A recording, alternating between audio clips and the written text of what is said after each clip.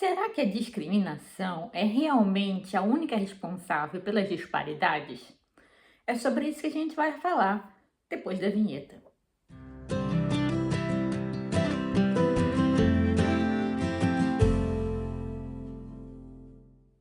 Primeiramente, seja muito bem-vindo ou muito bem-vinda ao meu canal.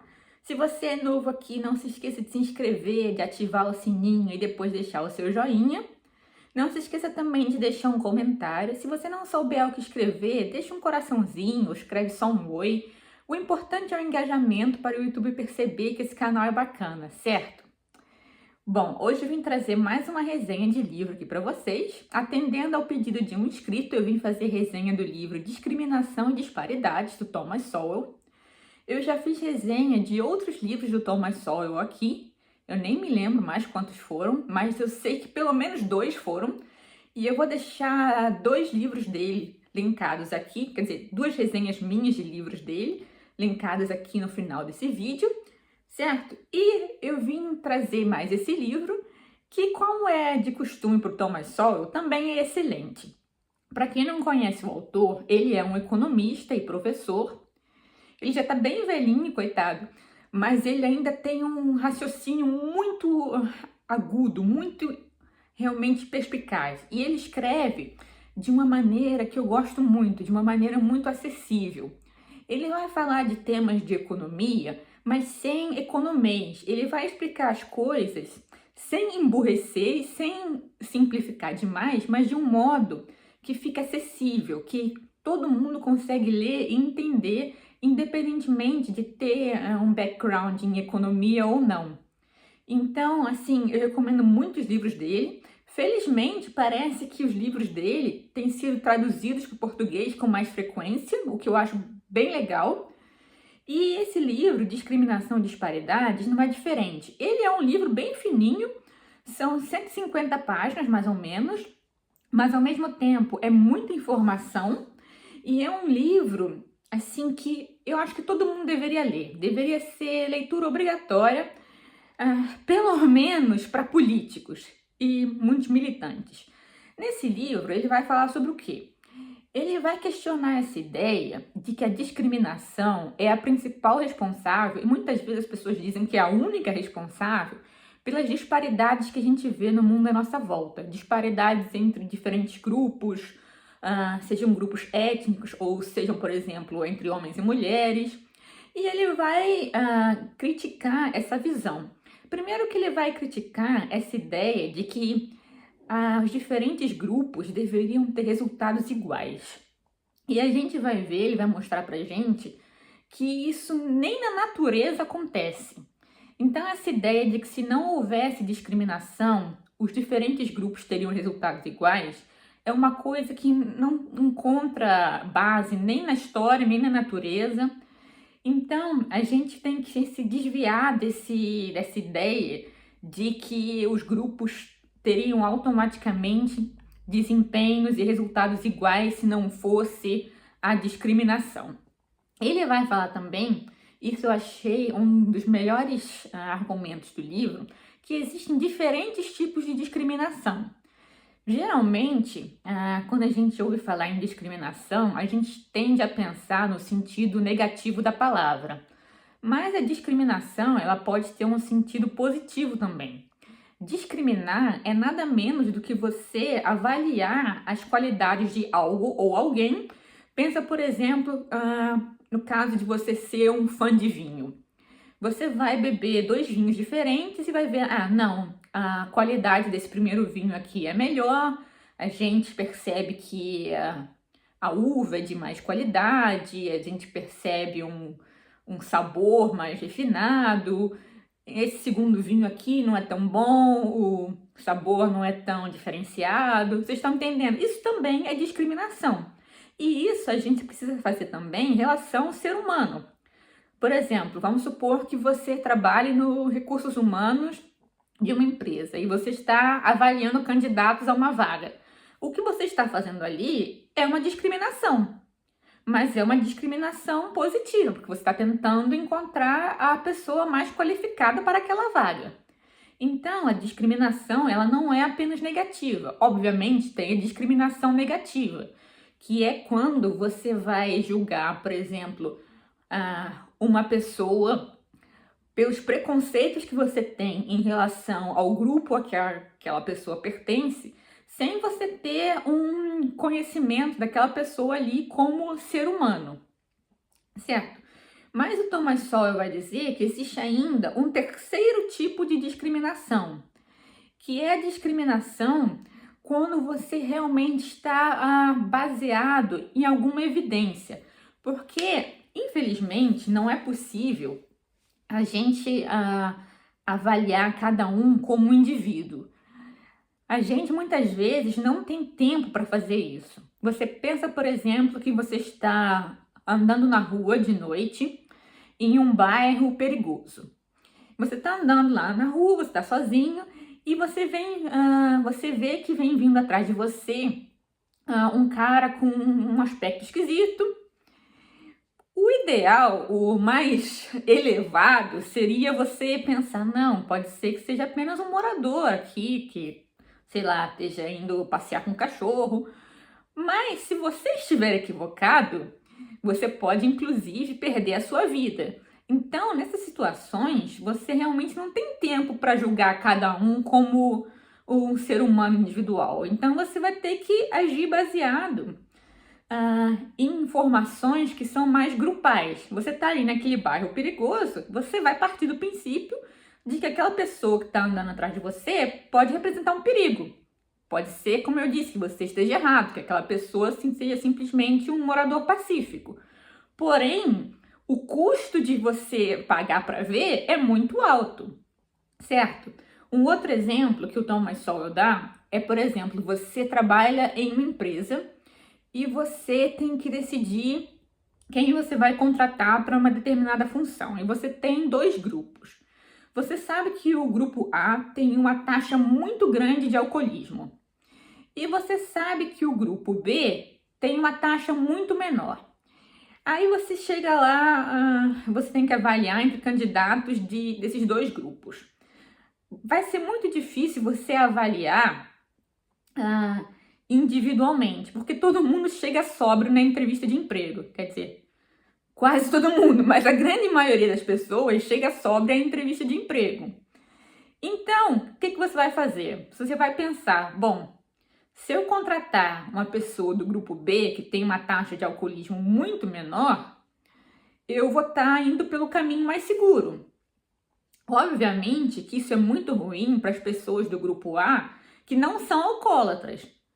Mas aí, infelizmente, como as pessoas falam, o justo paga pelo pecador. Porque, como eu disse antes, a gente não tem, muitas vezes, o tempo de julgar cada um como um indivíduo. Então, a gente vai ter que julgar baseado em características grupais. Mas aqui, o importante frisar é que não é um preconceito. Você baseou essa discriminação em fatos objetivos. Você sabe ali, de acordo com estatísticas, que os dois grupos têm um percentual muito diferente de alcoolismo. E você agiu com base nessas estatísticas. Não foi simplesmente um preconceito. Vocês estão entendendo qual é a diferença? E aqui a gente entra nas diferenças entre grupos de pessoas, tanto para o bem quanto para o mal. Hoje em dia não é politicamente correto falar sobre isso, mas a gente sabe que isso é uma realidade. E as diferenças não precisam nem ser qualificadas como negativas ou positivas.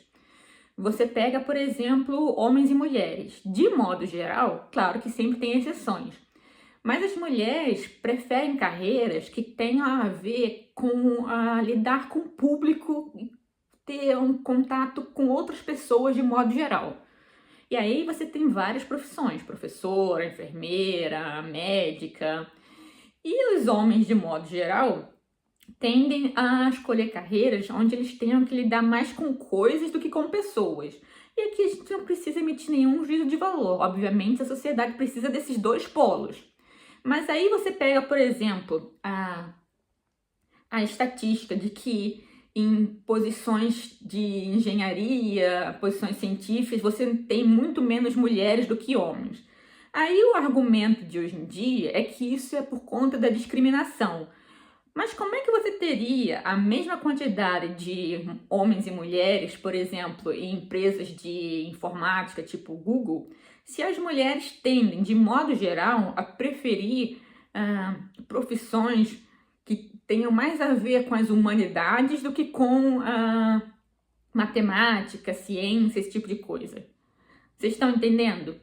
E essas diferenças não são apenas entre homens e mulheres, tem muitas diferenças também entre grupos étnicos e culturais. E aqui é importante frisar que o Thomas Sowell não vai dizer que essas diferenças são por conta da biologia ou alguma coisa desse tipo. Muito pelo contrário, ele vai ver essas diferenças como diferenças culturais, mas ele não vai negar que essas diferenças existem.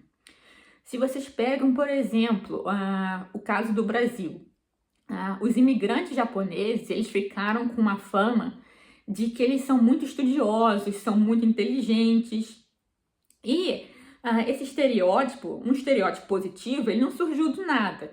As pessoas observaram que as crianças das famílias japonesas se dedicavam realmente muito mais aos estudos. Tinha uma diferença visível ali de como as crianças com essa cultura japonesa e as crianças de famílias brasileiras tratavam a educação. E isso acontece entre diversos grupos no mundo todo. Não é apenas uma exclusividade do Brasil. A gente pode, inclusive, comparar diferentes países. Você pega o Brasil, que é uma cultura que realmente, infelizmente, não valoriza a educação e o conhecimento, e você pega, sei lá, uma outra cultura, Singapura, onde eles realmente dão muito valor à educação, e você vai ver que isso, obviamente, traz resultados distintos. E aí você não pode falar que Singapura está discriminando o Brasil. Vocês estão entendendo? Os diferentes grupos e os diferentes indivíduos, eles dão valor a coisas diferentes. E isso, obviamente, produz resultados diferentes. E aqui é importante frisar também que o Thomas Sowell, ele não está dizendo que a discriminação não existe, a discriminação no sentido negativo.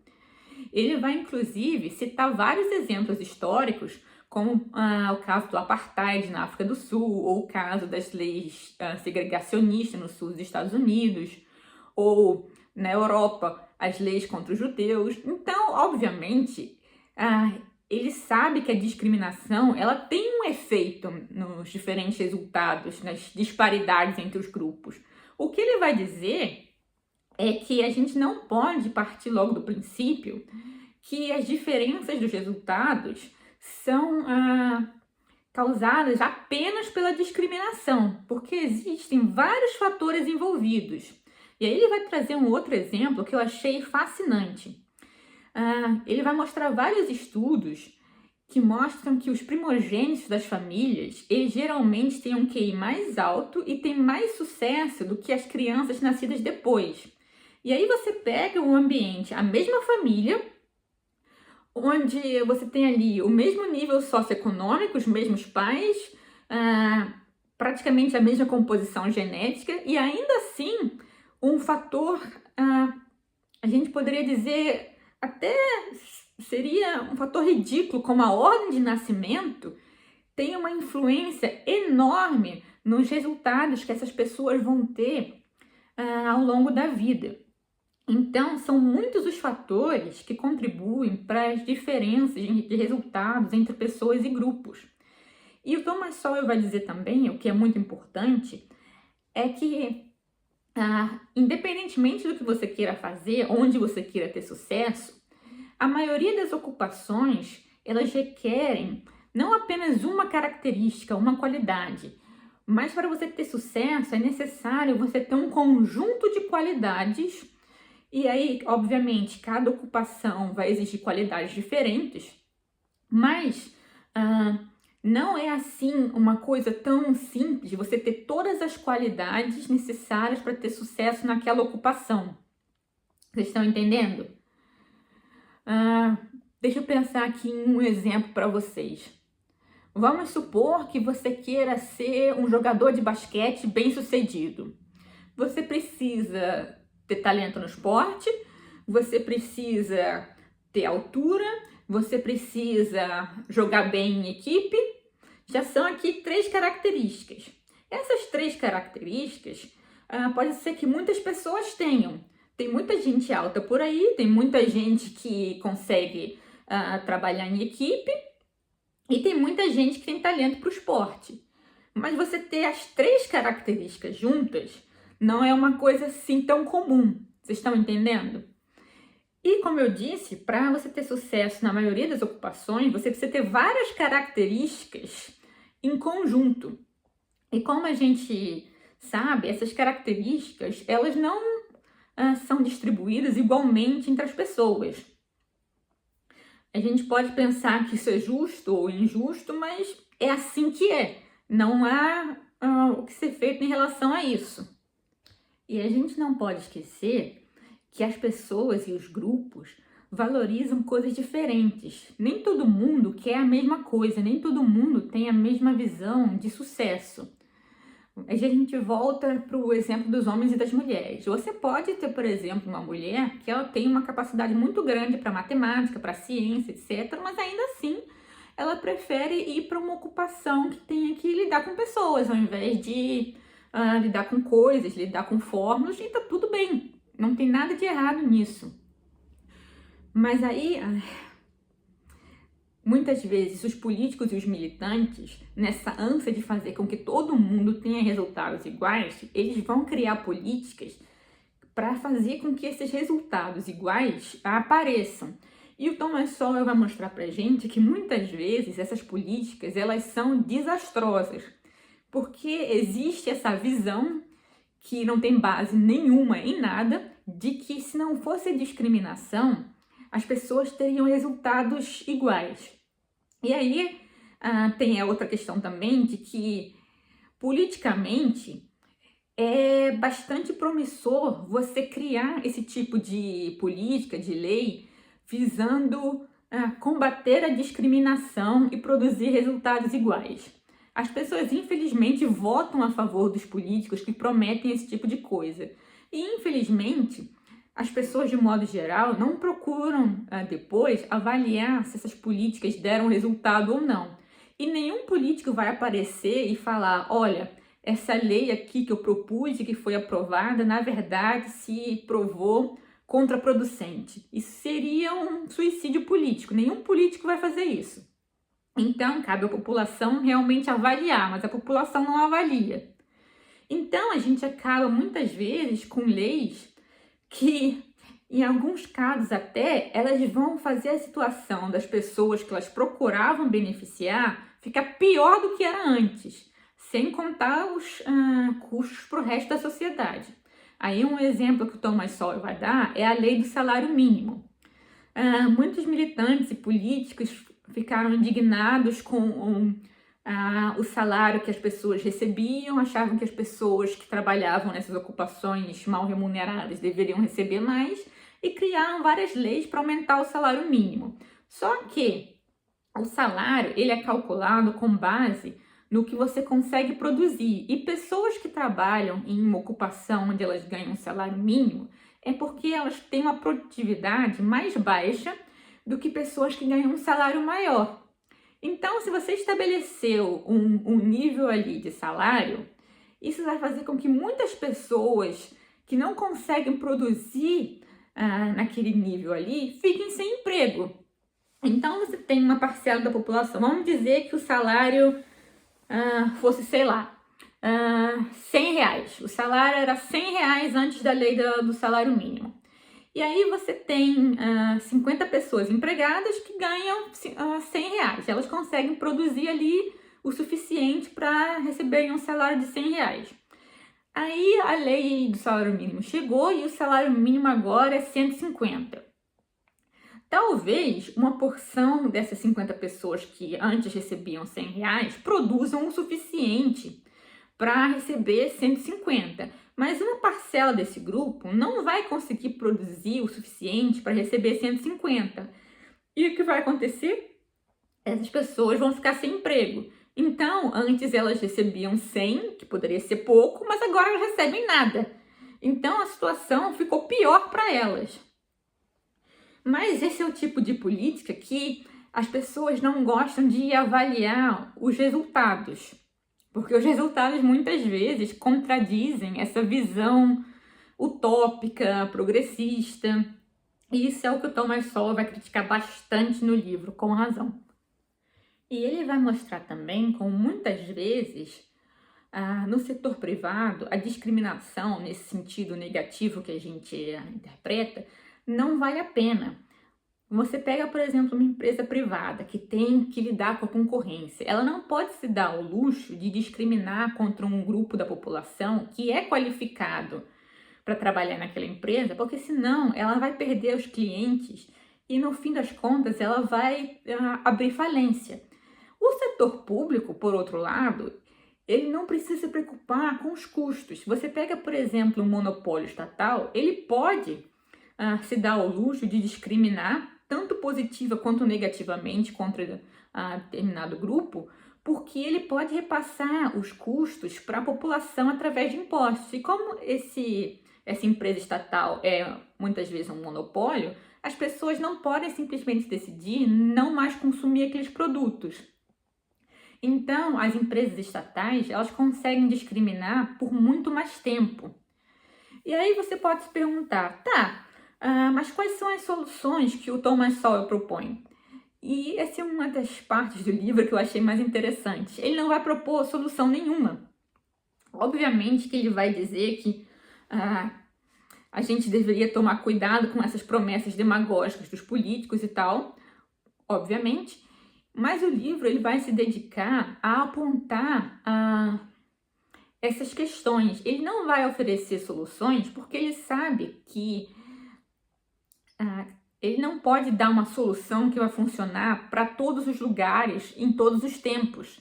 O que ele quer da gente é que a gente fique alerta para esse tipo de proposta demagógica e que a gente teste essas ideias de acordo com os fatos. Isso eu achei muito bacana. Ele poderia ter oferecido qualquer solução, mas aí ele teria virado mais um demagogo que ele tanto criticou ao longo do livro. Então é assim, um livro bem bacana, eu gostei muito. Assim, todos os livros do Thomas Sowell que eu li valem muito a pena. Eu recomendo que vocês leiam esse também. Se você já leu, comenta aqui abaixo o que você achou. Se você conhece similares, não precisa ser do Thomas Sowell, pode ser de algum outro autor, comenta aqui abaixo também, certo? Eu não esqueci da resenha do livro Anti-Woke, do Jonas Bressan, mas eu ainda não consegui comprar. Mas caso você tenha sugestão de algum outro livro, é só escrever aqui abaixo que eu vou procurar com todo carinho. Se eu conseguir encontrar e ler, aí eu trago uma resenha aqui para vocês, certo? Por hoje é só. Obrigado pela atenção, fiquem com Deus.